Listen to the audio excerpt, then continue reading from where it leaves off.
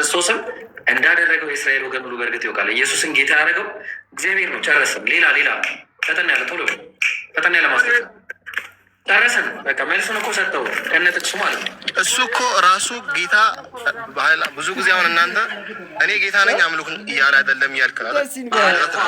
ስለዚህ እዚህ ጋር ምርና ጌታ ትሉኛላችሁ እንዲሁ ነኝ ይልና መልካም ማለት እኮ ነው የሚለው። ትክክል ነው። ማነው ጌታ ያደረገው? እየተናገረ እኮ ነው። ስለ ራሱም እየተናገረ ያደረገው ማን ነው? ጌታ ራሱ ጌታ ነው። እንዴት ነው ጌታን ጌታ የሚያደርገው ማን ነው? ጀግና።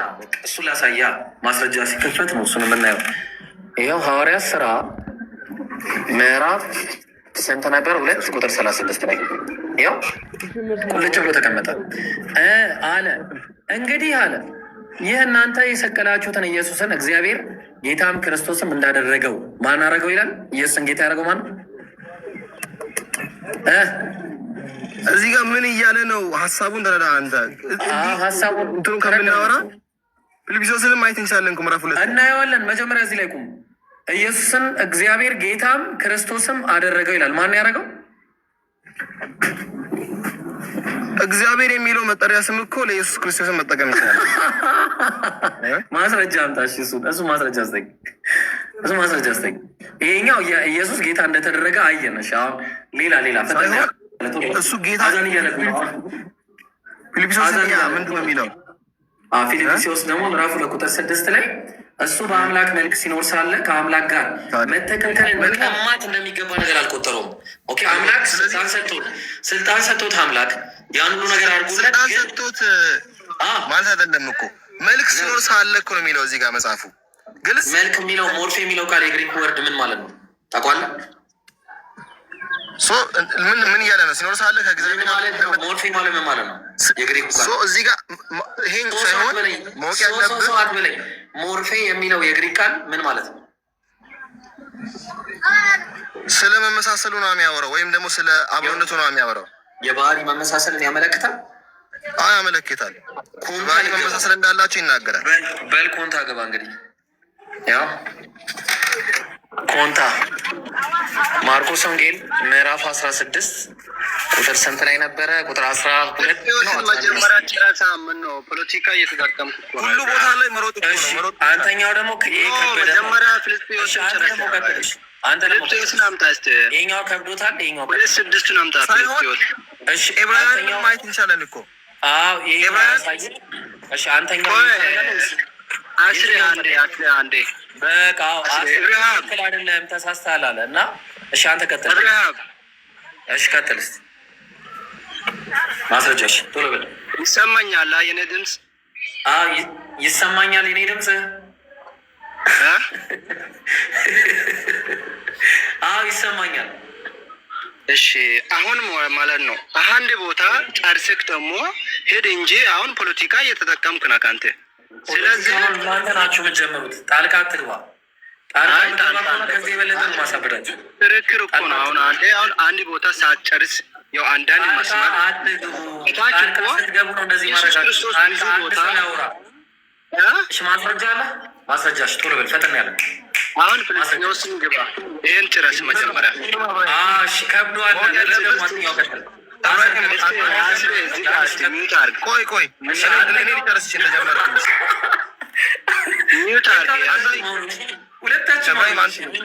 አንተ ማወቅ ያለብህ አንድ ነገር ማወቅ አለብህ። አሁን የኛ ዶክትሪን አንተ አታውቅም እኮ አለማወቅ እኮ ችግር እኮ አለማወቅህን አለማወቅ ራሱ ችግር እኮ ነው። ስለዛች ቀንና ስለዛች ሰዓት ከአባት በቀር የሰማይ መላእክትን ቢሆኑ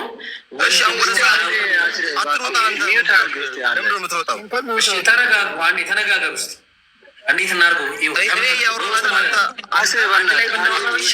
የሆነ ጥያቄ ልጠይቅለት።